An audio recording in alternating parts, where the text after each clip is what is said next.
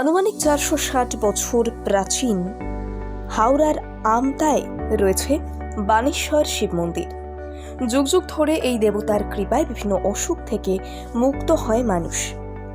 এই বিজ্ঞানের যুগেও দেবতার উপর বিশ্বাস রেখে বিভিন্ন সমস্যা থেকে মুক্ত হতে ছুটে আসেন ভক্তরা।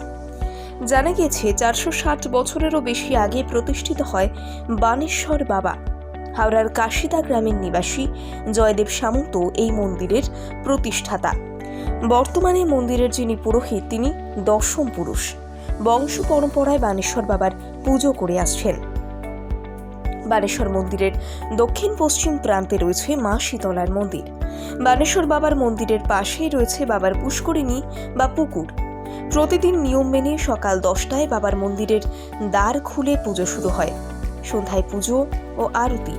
প্রতিদিন নিয়ম মেনে বাবার নৈবেদ্যে 5 পোয়া আতপ চাল এবং 450 গ্রাম চিনি ও ক্ষীর। সে সময় পুরোহিত নারায়ণচন্দ্র অধিকারী তিনি বাবার থেকে কিছু ঔষধ আদায় করেছিলেন ভক্তদের জন্য। অম্লসুর, প্রীতসুর, বায়ুসুর, সাদাস্রাব, রক্তস্রাব, বাদক, কালো বাদক সহ নানান রোগের ঔষধ লাভ করেছিলেন। বিভিন্ন সমস্যা দেখা দিলে ভক্তিভরে নিয়ম মেনে বাবার ঔষধ খেলে সমস্যার সমাধান হয়। সেই বিশ্বাস নিয়ে বিভিন্ন দূর দূরান্ত থেকে মানুষ আসে। ওষুধ গ্রহণ করে রোগমুক্ত হচ্ছেন বাবার কৃপাতে। সারা বছর রাজ্যের বিভিন্ন প্রান্ত থেকে বানেশ্বর বাবার কাছে আসেন বহু ভক্ত। তবে চৈত্রের গাজন উৎসবে বাবার সন্ন্যাস নিতে অগণিত ভক্তর সমাগম ঘটে। গাজন উপলক্ষে কয়েকদিন বিভিন্ন আচার অনুষ্ঠান চলে প্রতি বছর। কিভাবে যাবেন? হাওড়া কলকাতা থেকে রানীহাটি হয়ে আমতা কলাতলা বাস স্টপেজ।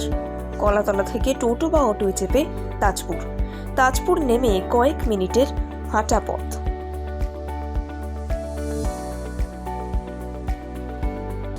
আনুমানিক ৪৬০ বছর প্রাচীন হাওড়ার আমতায় রয়েছে বানেশ্বর শিব মন্দির। যুগ যুগ ধরে এই দেবতার কৃপায় বিভিন্ন অসুখ থেকে মুক্ত হয় মানুষ। এই বিজ্ঞানের যুগেও দেবতার উপর বিশ্বাস রেখে বিভিন্ন সমস্যা থেকে মুক্ত হতে ছুটে আসেন ভক্তরা।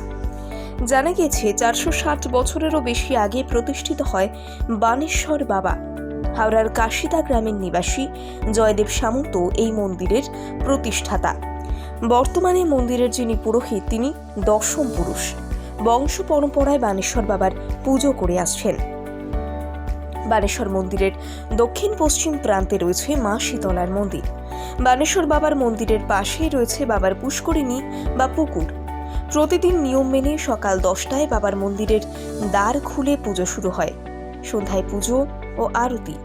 প্রতিদিন নিয়ম মেনে বাবার নৈবেদ্যে 5 পোয়া আতপ চাল এবং 450 গ্রাম চিনি ও ক্ষীর।